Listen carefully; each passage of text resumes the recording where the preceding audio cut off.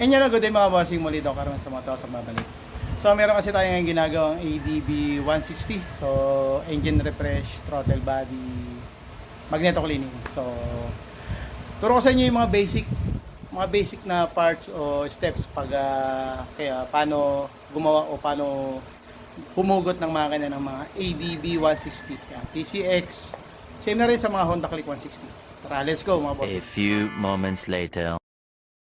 Okay, alright. So ito yung ginagawa natin sa ADB 160. So from Malabon, si Bossing, wala si, lumabas si Sir kasi magme-merienda daw.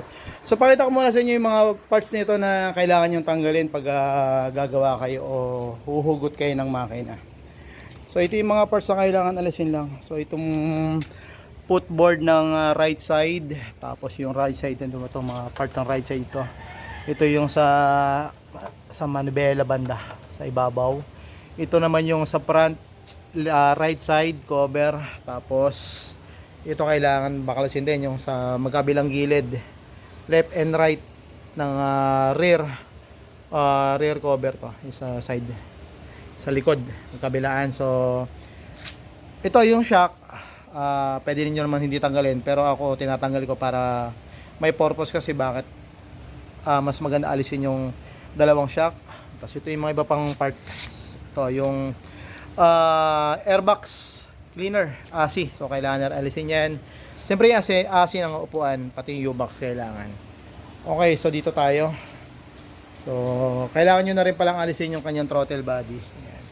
So magto-throttle cleaning din kasi at saka FI. So nakaset na. So doon tayo papwesto mamaya. So nakaset na rin yung motor natin, tinakpan na natin para hindi matalsikan ng gasolina sa paglilinis. So ito yung basic na setup natin pag nagbababa tayo ng engine ng mga ganitong unit. Lahat naman, mapa NMAX, Aerox, ADB, Click, Honda Beat, MIUI, MIUSOLAY. So ganito yung setup natin.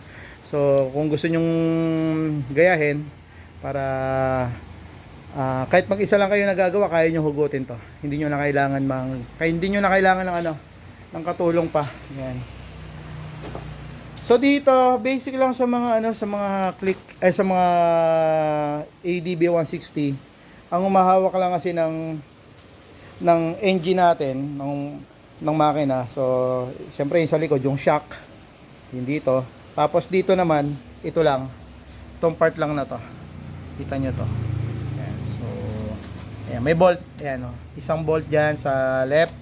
Tsaka dito sa right side. So, ito. Ito, ilawan natin. Yan. Ito lang.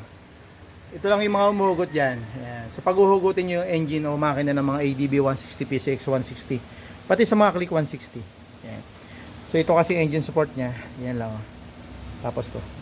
Dalawang bolt lang. Tapos yung shock sa likod. So mahugot nyo na. So bago nyo maalis yan, so kailangan nyo tanggalin yung buong wiring harness. Kaya kailangan nyo alisin yung buong side panel, yung buong cover dito sa right side. Kasi connected yung kanyang wire, yung stator wire to, yung stator wire. Ayan. So connected yan hanggang dito. Long wire siya. So connected sa dito sa ECU. So dito nakakabit yan. Sa side, sa ilalim Nasa ibabaw na kasi. Pero dito nakalagay yan sa ilalim. Dito. So kailangan yung hugutin. Ayan, meron pa yan dito sa side na to. Ito. Ayan. Part din to ng stator. Ayan. Kaya dalawa yung kanyang socket. So, nagtatanong kayo, bakit hindi mo na lang alisin yung stator? Katulad sa ginagawa sa mga Honda Click 125, Honda Click 150, yan. So, bakit hindi mo na lang alisin yung stator? Tanggalin mo yung radiator, alisin mo yung magneto, alisin mo yung stator para hindi mo na kailangan alisin sa pinaka main socket. So bakit nga ba ganoon na lang sana ginawa? So kasi sa mga 160, sa mga ADB, PCX, Click 160 hindi pwede kasi yung kanyang wire ng stator ay ayun, nakasuksok yan dito. Ayan, kita nyo, nakasuksok dito. Ayan. So hindi mo matatanggal yung stator niya, may iwan kasi nga nakasuksok yung wire dito sa part na yan. May buron siyang butas. Mamaya, pakita ko sa inyo mamaya pag nahugot ko na yung makina. Pag bago ko baklasin kung bakit kailangan. Kasi nga, kahit natanggalin mo yung stator niya, hindi maiiwan kasi bang tawag dito, hindi siya papasok doon sa butas na yun. Kasi malaki stator. So, hindi katulad sa mga click 125, yan, click 160, matatanggal mo yung stator, may hiwalay. Kasi hindi naman siya may butas na dinaanan dito. Katulad nito, ayan o. Mamaya makikita nyo pag nahugot ka na. Okay, again, so, kapag maghuhugot pala tayo ng sa mga 160, ito, tanggalin nyo na yung sensor. Sama nyo na dito sa pinaka wiring harness. Kasi ito yung isa sa pinakamahirap din tanggalin. Itong ECT. Sa temperature na sa engine temperature. So, nagbabase ito sa coolant. Sa coolant kumukuha ng init. Ayan. Okay. So, ano pa ba yung kailangan alisin dito? So, kailangan nyo alisin yung buong master caliper. Yung brake caliper. Ayan. So, hang nyo lang dito. So, dito, ayan o. Hang nyo lang, lagay nyo lang dito. So, galing sa likod, lagay nyo lang dito. Ayan. Hindi nyo na kailangan pa kung ano-ano pang kailangan gawin. Okay, yun lang. So, yun lang yung basic na set. Tapos, huwag nyo kakalimutan din alisin yung, nandito na kasi. Kailangan din alisin yung isa sensor sa speed sensor. Nasaan na ba yung wire ng speed sensor? Ito. Ayan, speed sensor. Nasa likod yan nakalagay. Doon yan sa likod. Doon, dito. Alam niyo naman ang speed sensor ng mga Honda, nasa likod nakalagay. So, huwag nyo kakalimutan to. Baka makalimutan. Pag hinatak nyo, maputol yan. Okay. So, dito na tayo again. Sabi ko nga, kung gusto nyo maghugot ng makina o magbaba ng makina ng mga ganitong unit, basta mga Honda, kahit na anong unit, Honda, Aerox, NMAX, o ganito ang setup kung gusto nyo gayahin. So, ito yung setup natin. Matagal ko na ginagawa to. Yan. So, meron akong, yan, kita nyo, medyo mahaba lang yung tali ko kasi nga, mataas yung bubong natin. Yan. So, yan, ganyan lang. Tali nyo lang, lagay nyo lang dito sa chassis. Tapos, lagay lang kayo ng support sa ilalim. Yan, katulad yung gamit ko, crocodile jack. Kung ibang jack, pwede naman basta may support sa ilalim para hindi siya gumewang-gewang. Okay. So, kahit na mag-isa ka, kaya mong gawin to, mga boss, mga master. So, lalo na sa mga nagsisimula pa lang na gumawa o magmekaniko. Okay. So, ito, papakita ko sa inyo. Ito lang, tatanggalin lang natin, alisin lang natin itong isang bolt. Dito sa right. Tapos, ganoon din sa, tatong muna natin dito. Ito sa left side ito. Kaya hindi sa kabilang side pala, hindi ko na tinanggal yung buong kaha. Di ba? Katulad dito sa kabila, tinanggal ko yung buong right side kasi nga yung wire ng stator kailangan alisin. So dito naman, wala naman masyadong babaklasin dito sa part na to. Ang kailangan lang natin ma-access dito itong bolt nito, itong bolt ng sa engine support. So isang bolt lang, yan lang. So hindi mo na kailangan alisin lahat to. Okay? So yan na. So pag natanggal niyo na yung dalawang bolt na yan, pwede nyo nang hatakin. Ayan. So hatakan nyo kahit ano lang. Kahit ganyan. Diba? So double check nyo kung walang sumasabit na wire. Ayan, katulad yan. Diba? Check nyo muna maiging kung walang sumasabit. O wala kayong miss, wala kayong naiwan. So katulad yan. All goods na. So ito lang sa mga 160. Ito lang ingatan nyo. Itong part na to. Kaya minsan tumatama sa engine support. Ayan, katulad yan. Tumatama. So, medyo ipapaling-paling nyo lang. Ayan, okay na. Okay, so ito na. Hugot na. Ayan na. Ganyan lang kasimple. Hugot na ng makina. Ng mga 160. So, kaya tinanggal ko rin yung shock sa likod. Dahil nga, yan. Para pag hinugot nyo, wala nang tatama. Hindi natatama dito sa swing arm. Hindi rin tatama doon sa engine, sa crank cover sa kabila. So, ayan na. O, diba? Okay, let's go mga bossing. So ito, nahugot na natin yung engine. Pakita ko na sa inyo, na-explain ko na rin kanina kung paano yung basic natin o paano yung setup natin pag inuhugot yung mga ganitong unit o mga ganitong mga makina. So ito, kanina sinabi ko sa inyo, kailangan yung stator wire nga, yung diba napakahaba, long wire. Same na to sa mga Aerox, sa mga bago, mga B3. Ganyan na rin kasi yung mga labas sa mga bago ngayon, sa mga Aerox NMAX B3. Long wire na, wala nang putol. Yan. So katulad dito sa mga ADB. Yan. So bakit, sabi ko nga sa inyo, bakit kailangan tanggalin? Bakit hindi na lang iwan yung stator sana?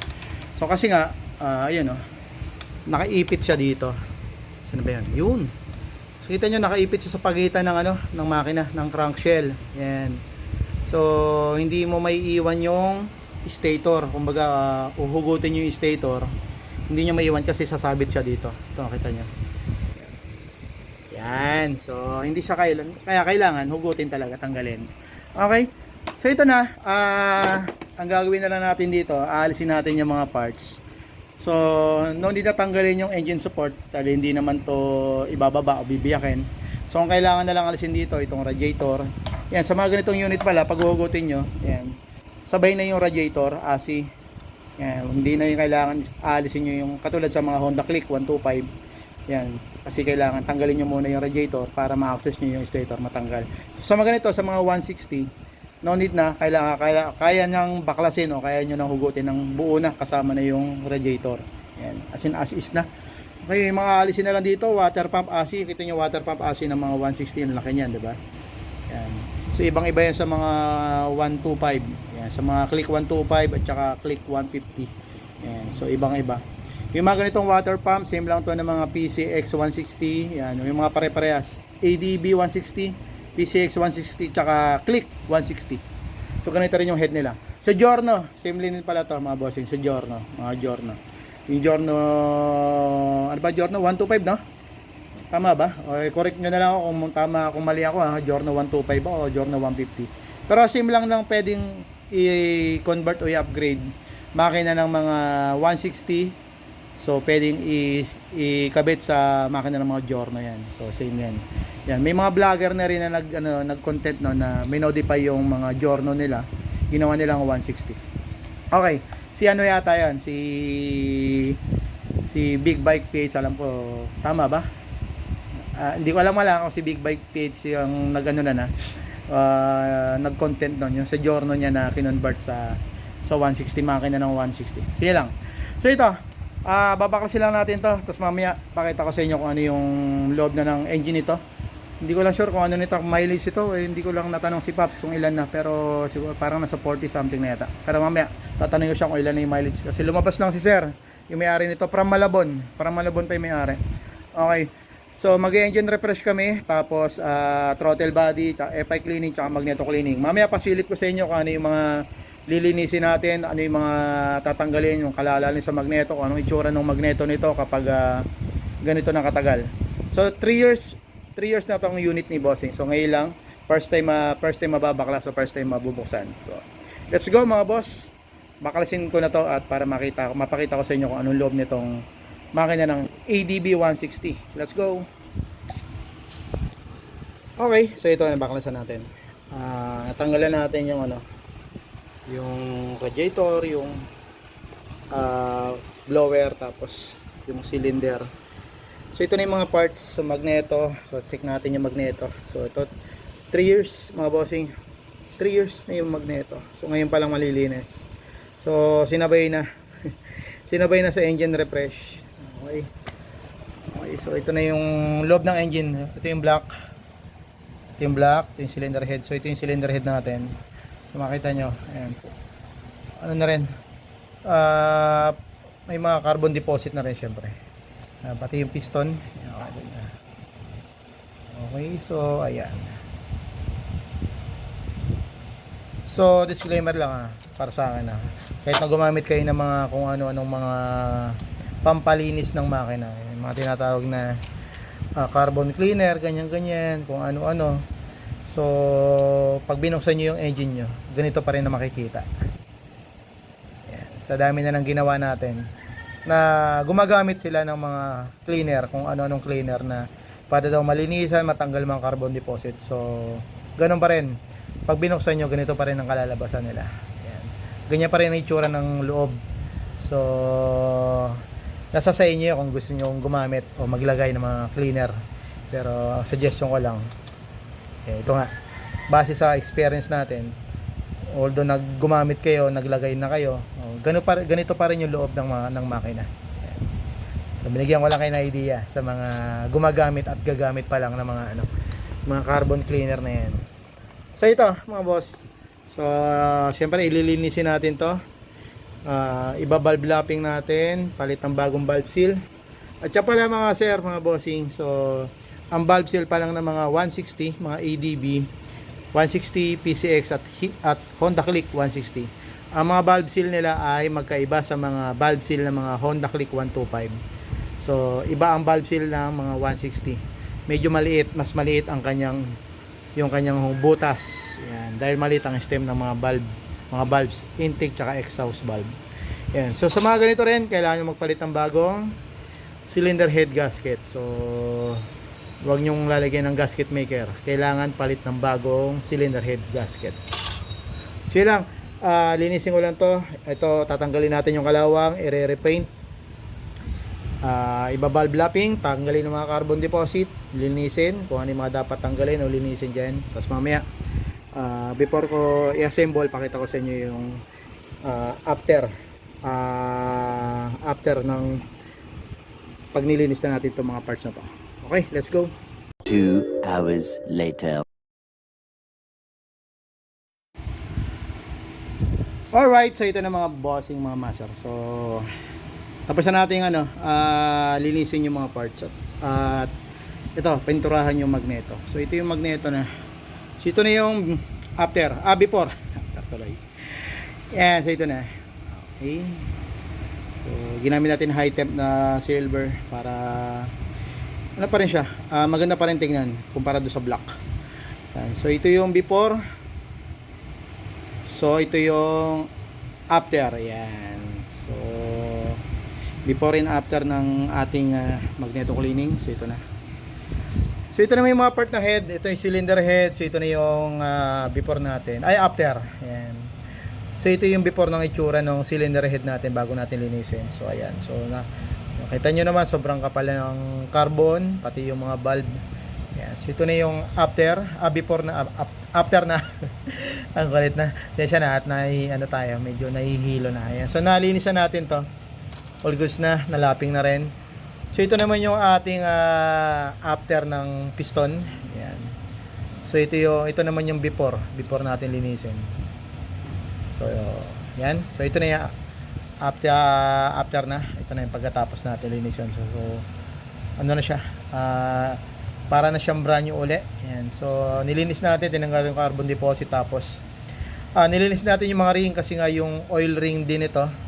Yung third ring ay stock up na. Ayan. So puno na siya ng carbon deposit. Ayan. So ganun din yung black. Ayan. So nilinis na rin natin yung black. All goods na. So installation na lang. Tapos siyempre ganun din yung kanyang throttle body. So wala naman akong before and after ng throttle body. So common na rin dyan. Hindi na natin siguro kailangan ipakita pa yung mga before and after siyempre. So ano naman ito yung mga basic na maintenance yung throttle body, FI. Sa mga heavy PMS, yung heavy preventive maintenance, yung full maintenance. So ito yun. Engine refresh. And so heavy PMS na. Kasama yung, so nagsabay-sabay na kasi kasama yung magneto cleaning. So ito na yung mga valves natin. So sabi ko nga sa inyo, okay, so magkaiba yung sukat ng mga valve stem ng mga Click 125. Yan. Sa mga Aerox, NMAX, same yan ng mga stem, yung size sa mga Honda Click 125. Mga Honda Click 125, Click 150, yan. So ang pinakaiba yung mga ADB 160, PCX 160 at Click 160. So medyo maliit, manipis. So ibig sabihin pag manipis ang mga valve, manipis din o maliit din yung butas ng kanyang mga valve seal. So hindi pwedeng gamitin yung mga valve seal ng pang Honda Click 125. Sa mga ADB 160 at mga PCX. Yan. So maliit yung butas ng mga valve. So siguraduhin niyo kung mag-engine refresh kayo, ayan. So make sure na meron kayong valve seal ng pang ADB 160. Alright, so ito na.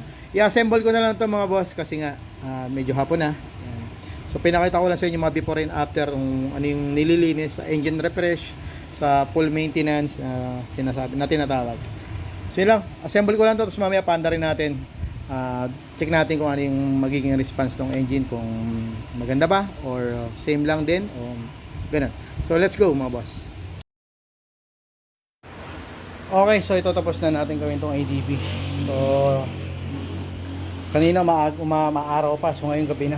Time check alas 8 na. So ganun katagal pag ganitong unit. So expect nyo na sa mga papagawa ganito katagal. Start natin. Okay na. All goods. So yun lang mga bossing. So shoutout kay Pops from Malabon.